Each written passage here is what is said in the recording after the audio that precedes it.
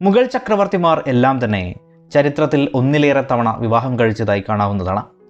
ആ കാലത്തെ സ്വാഭാവികമായ വ്യവസ്ഥകളും അങ്ങനെയൊക്കെ തന്നെ. പ്രണയത്തെക്കാൾ ഉപരി രാഷ്ട്രീയപരമായിരുന്നു അതിൽ മിക്ക വിവാഹങ്ങളും. ഒരുപക്ഷെ ജീവിതകാലത്തിൽ ഒറ്റയൊരു വിവാഹം മാത്രം കഴിച്ച ദാരാഷുക്കോവ് മാത്രമായിരിക്കാം ഇതിൽ വ്യത്യസ്തനായി ഇരിക്കുന്നത്. നേരെ തിരിച്ച് ഒട്ടേറെ വിവാഹങ്ങൾ കഴിച്ചത് ജഹാംഗീറുമായിരിക്കും. പൊതുവേ മുഗൾ ചക്രവർത്തിമാരൊക്കെ പുലർത്തിപ്പോന്ന കർക്കശ സ്വഭാവത്തിൽ നിന്നൊക്കെ വ്യത്യസ്തനായ, പ്രണയങ്ങളിൽ നിറഞ്ഞു ജീവിച്ച, പല വ്യവസ്ഥകളെയും ആചാരങ്ങളെയും ഒക്കെ തെറ്റിച്ച, പ്രണയത്തിനായി അച്ഛനായ അക്ബറിനോട് തന്നെ കലഹിച്ച, എന്നാൽ ഇതേ അക്ബറിൻ്റെ ചിത്രങ്ങൾ ആലേഖനം ചെയ്ത കോയിനുകൾ ഇറക്കിയ, ആധുനിക കാലത്തെ നീതി നിർവഹണ മേഖലയിലെ ഉദ്യോഗസ്ഥർ പോലും പഠിക്കാനേറെയുള്ള ജഹാംഗീർ സൃഷ്ടിച്ചെടുത്ത നീതിബോധവും അദ്ദേഹം കൊണ്ടുവന്ന ചെയിൻ ഓഫ് ജസ്റ്റിസുമെല്ലാം ആ കാലത്തെ ഒരു ചക്രവർത്തിയുമായി ബന്ധപ്പെടുത്തി നോക്കുമ്പോൾ ആശ്ചര്യകരം തന്നെയാണ്. ജഹാംഗീർ അഥവാ സലീമും അനാർക്കലിയും തമ്മിലുള്ള പ്രണയകഥയൊക്കെ അനശ്വരമായി തീർന്ന കാര്യങ്ങളാണ്. അത് യാഥാർത്ഥ്യമാണോ അല്ലയോ എന്ന ചോദ്യങ്ങളും തുടർന്നുകൊണ്ടിരിക്കുന്നു. പിൽക്കാലത്ത് ആ ബൃഹത് രാജ്യം ഭരിച്ച നൂർജഹാന് വേണ്ടി അദ്ദേഹം നടത്തിയ നീക്കങ്ങളും ചരിത്രത്തിൽ ഇടം പിടിച്ചിട്ടുള്ളവയാണ്. എങ്കിലും ജഹാംഗീർ എന്നത്, അല്ലെങ്കിൽ സലീം എന്ന രാജകുമാരൻ്റെ കാലം നിരന്തര വിവാഹങ്ങളുടേത് കൂടിയായിരുന്നു. മദ്യത്തിനും മയക്കുമരുന്നിനും അടിമയായിരുന്ന ഒരാൾ കൂടിയായിരുന്നു ജഹാംഗീർ. രാജ്യത്തിൻ്റെ നയപരമായ തീരുമാനങ്ങൾക്ക് ബലമേകാനായി അതിൽ പല വിവാഹങ്ങളും രാജ്പൂത് മേഖലയിൽ നിന്നുമായിരുന്നു എന്നും ഓർക്കുക. 1569 ഫത്തേപൂർ സിക്രിയിൽ ജനിച്ച സലീം രാജകുമാരൻ ചക്രവർത്തിക്ക് രണ്ടാമനായി 10,000-ഓളം വരുന്ന പടയുടെ നായകനായി മാറുന്നത് 1581 കാലത്താണ്.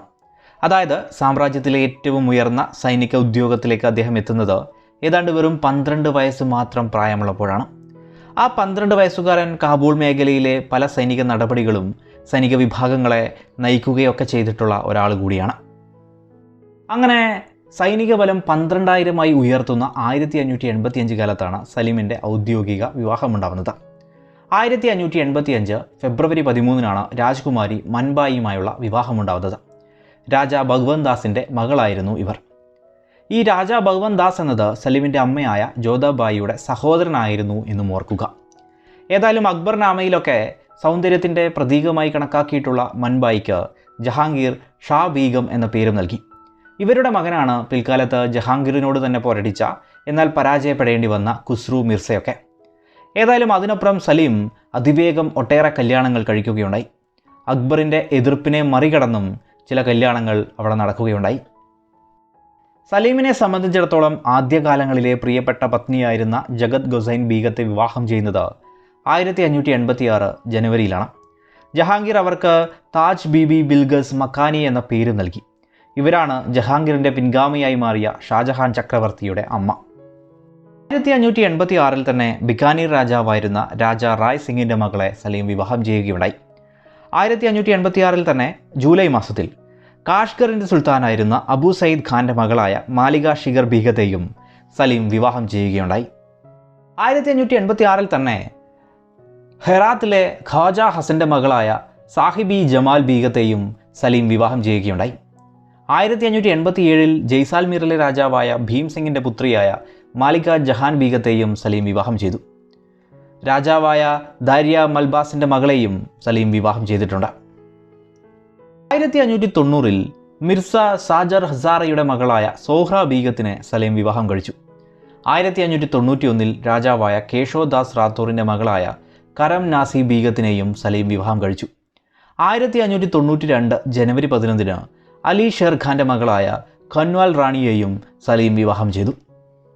1592 തന്നെ കാശ്മീരിലെ ഹുസൈൻ ചാക്കിൻ്റെ മകളെയും സലീം വിവാഹം ചെയ്യുകയുണ്ടായി. 1593 ഇബ്രാഹിം ഹുസൈൻ മിർസയുടെ മകളായ നൂർ നിസ ബീഗത്തിനെയും സലീം വിവാഹം ചെയ്തു. 1593 തന്നെ സെപ്റ്റംബറിൽ കാന്തേഷ് രാജ്യത്തെ അലി ഖാൻ്റെ മകളെയും സലീം വിവാഹം ചെയ്യുകയുണ്ടായി. ഇതേ സമയം ബലൂച്ച് മേഖലയിലെ അബ്ദുള്ള ഖാൻ്റെ മകളെയും സലീം വിവാഹം ചെയ്യുന്നുണ്ട്. പിന്നീട് 1596 സെയിൻ ഖാൻ ഖോക്കയുടെ മകളായ ഖാസ് മഹൽ ബീഗത്തിനെയും ജഹാംഗീർ വിവാഹം ചെയ്തു. 1608 ഖാസിം ഖാൻ്റെ മകളായ സാലിബ ബാനു ബീഗത്തിനെയും ജഹാംഗീർ വിവാഹം ചെയ്തു. 1608 തന്നെ അംബറിൻ്റെ യുവരാജാവായിരുന്ന ജഗത് സിംഗിൻ്റെ മകളായ കോക്ക കുമാരി ബീഗത്തിനെയും ജഹാംഗീർ വിവാഹം ചെയ്യുന്നുണ്ട്. 1611 മെയ് 25 മെഹറുൻ നിസ എന്ന ഏറ്റവും പ്രധാനപ്പെട്ട നൂർജഹാനെ ജഹാംഗീർ വിവാഹം കഴിക്കുന്നത്. ഷേർ അഫ്ഗാന്റെ ഭാര്യയായിരുന്ന മെഹറുന്നിസയെ ഷേർ അഫ്ഗാന്റെ മരണത്തിനപ്പുറമാണ് ജഹാംഗീർ വിവാഹം കഴിക്കുന്നത്. മെഹറുന്നിസയെ വിവാഹം ചെയ്യാതിരിക്കാനായി അക്ബർ ആദ്യം ഷേർ അഫ്ഗാനുമായി വിവാഹം കഴിപ്പിച്ച് ബംഗാളിലേക്ക് അയപ്പിച്ചുവെന്നും ജഹാംഗീർ അവസാന വാക്കായപ്പോൾ ഷേർ അഫ്ഗാനെ ചില ഗൂഢവഴികൾ ഉപയോഗിച്ച് വധിച്ച് നൂർജഹാനെ സ്വന്തമാക്കി എന്നുമാണ് കഥകളുള്ളത്. അസാധാരണമായ കഴിവും രാജ്യതന്ത്രജ്ഞതയും തികഞ്ഞ സമർത്ഥതയും അതിസുന്ദരിയുമായിരുന്ന നൂർജഹാന്റെ കൈകളിലേക്ക് അതോടുകൂടി രാജ്യഭാരം തന്നെ വരികയുണ്ടായി.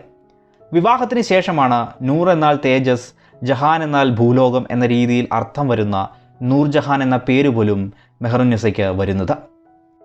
ലഹരികൾക്ക് ജഹാംഗീർ അടിമയായതോടുകൂടി രാജ്യഭരണം തന്നെ നോക്കിയിരുന്നത് നൂർജഹാനാണെന്നും പറയാം. അവരത് നല്ല രീതിയിൽ തന്നെ നോക്കിയിട്ടുണ്ട് എന്നതും എടുത്തു പറയേണ്ടതാണ്. ഏതായാലും ജഹാംഗീർ 1627 ഒക്ടോബർ 27 കാശ്മീരിൽ നിന്ന് ലാഹോറിലേക്കുള്ള വഴിമധ്യേ മരിച്ചപ്പോൾ നൂർജഹാൻ അത് പുറത്തുവിടാതെ യാത്രയിലാണെന്നും ആരോഗ്യം വീണ്ടെടുക്കാൻ ലാഹോറിൽ എത്തും എന്ന നിലയിലുമാണ് വാർത്ത ആദ്യം സൃഷ്ടിച്ചത്. ഖുറാം അഥവാ ഷാജഹാൻ അധികാരം പിടിച്ചെടുക്കാതിരിക്കാനും ഷഹറിയാറിനെ ചക്രവർത്തി പട്ടത്തിലേക്ക് എത്തിക്കാനുള്ള നീക്കവുമായിരുന്നു അത്. എന്നാൽ അത് വിജയിച്ചില്ല. ജഹാംഗീർ ഏതായാലും സംഭവബഹുലമായ പോരാട്ടങ്ങളോ ജീവിതമോ ഒന്നും നടപ്പിലാക്കിയില്ലെങ്കിലും സാമ്രാജ്യത്തിൻ്റെ കെട്ടുറപ്പിനെ തകർക്കാതെ തന്നെ ജീവിച്ചു മരിച്ചു എന്ന് പറയാം. ലാഹോറിലെ അതിമനോഹരമായ ശവകുടീരത്തിൽ ജഹാംഗീർ നിലകൊള്ളുന്നു.